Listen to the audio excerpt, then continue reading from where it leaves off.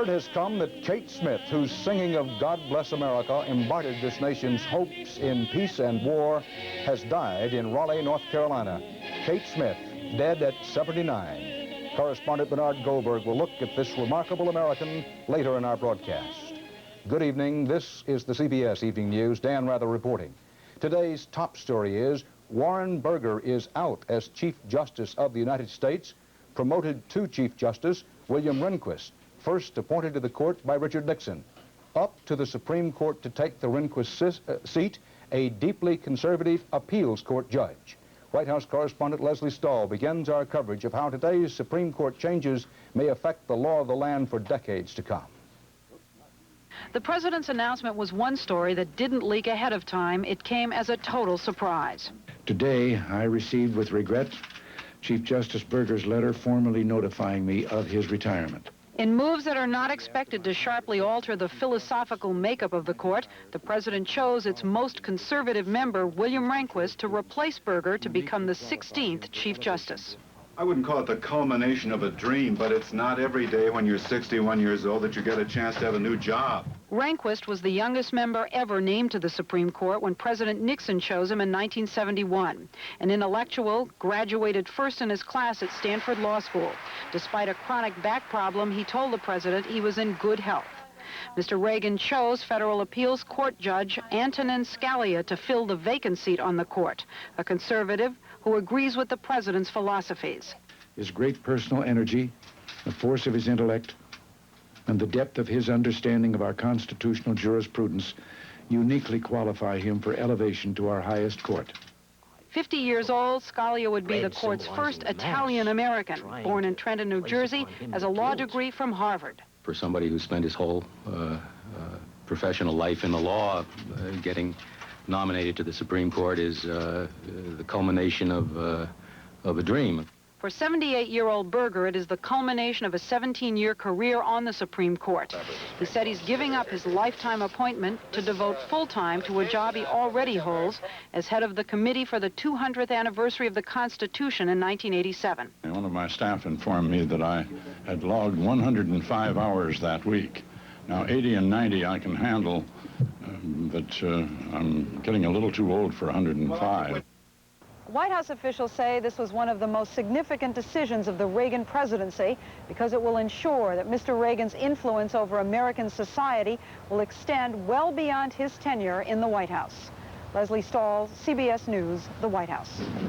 If confirmed by the Senate, Rehnquist and Scalia will add intellectual muscle to the court's conservative bloc, but should not change the voting lineup on most conservative liberal issues. Justice Rehnquist, when he becomes Chief Justice, and Judge Scalia generally represent, I think, basically the same points of view as the people whose positions they're taking on the court.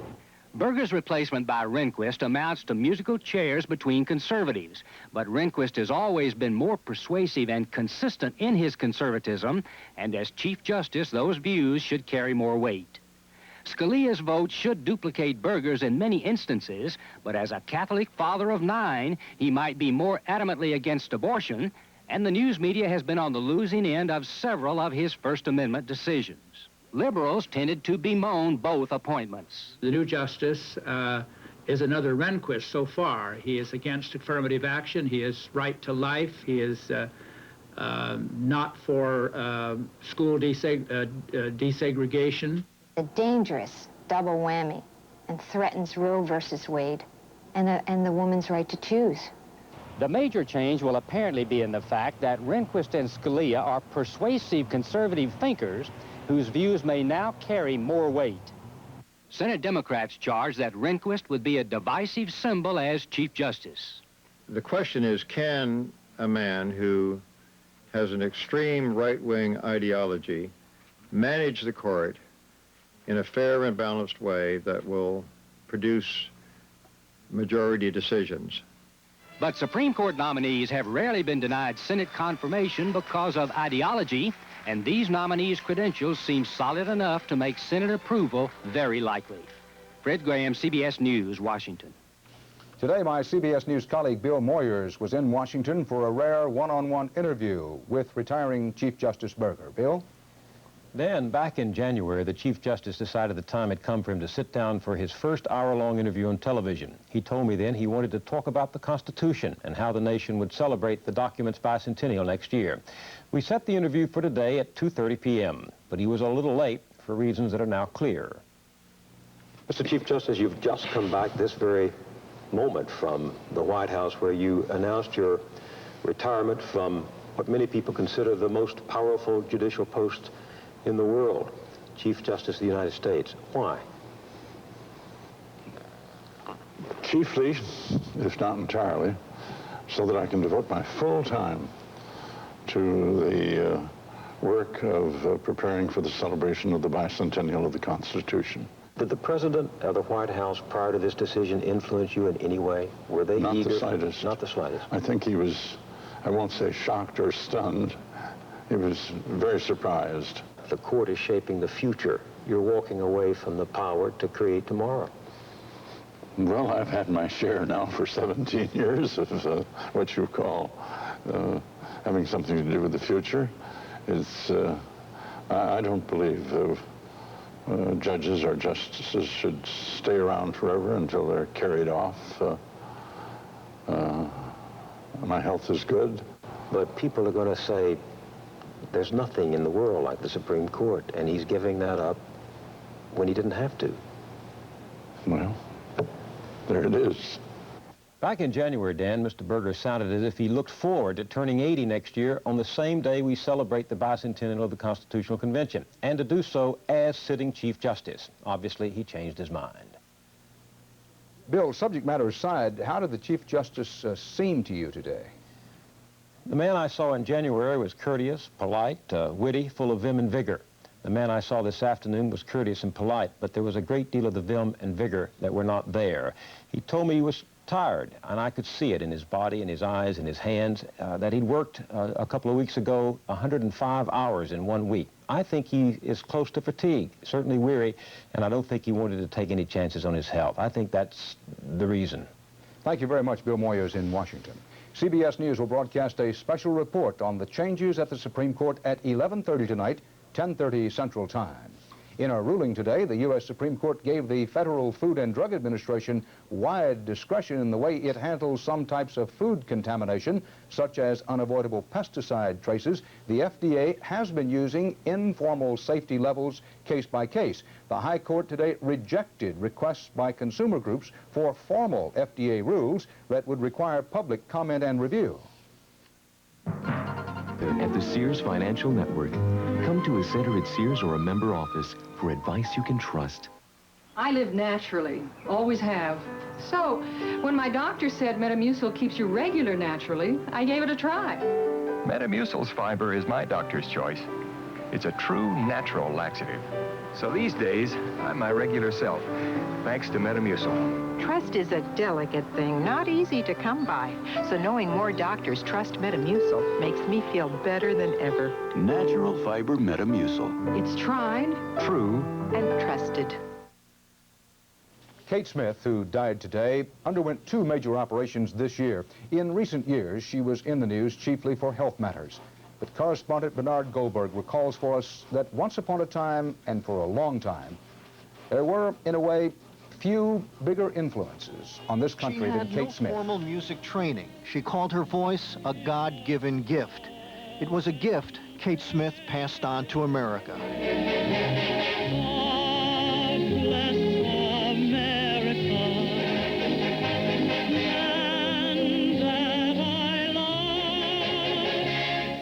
No one could sing God Bless America with the joy that Kate Smith could. It made her a symbol of a nation's patriotism.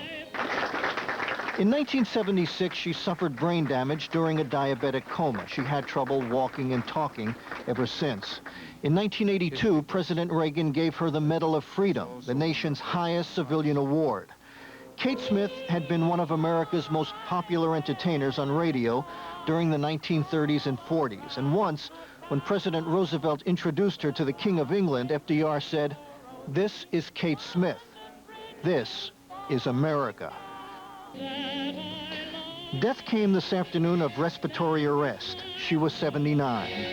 In the old days, they called Kate Smith radio's own Statue of Liberty. Do you wonder why?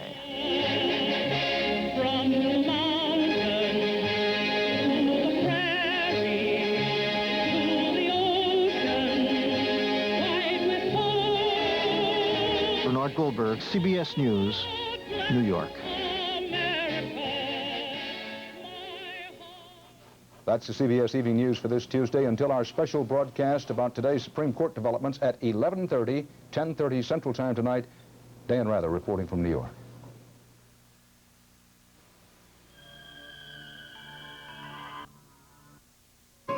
Tough old metal underwire out of another bra. Yeah, I could pinch, poke through, get bent out of shape. Big deal. The real reason is her. I'm the new Playflex Undershaper, Playtex's new dimension in comfort. I give you all the shape and support of an underwire, but I hold my shape wash after wash, so you stay comfortable. Now I'm in all these Playtex styles. New Playflex Undershapers from Playtex. Now wire is out and comfort is in.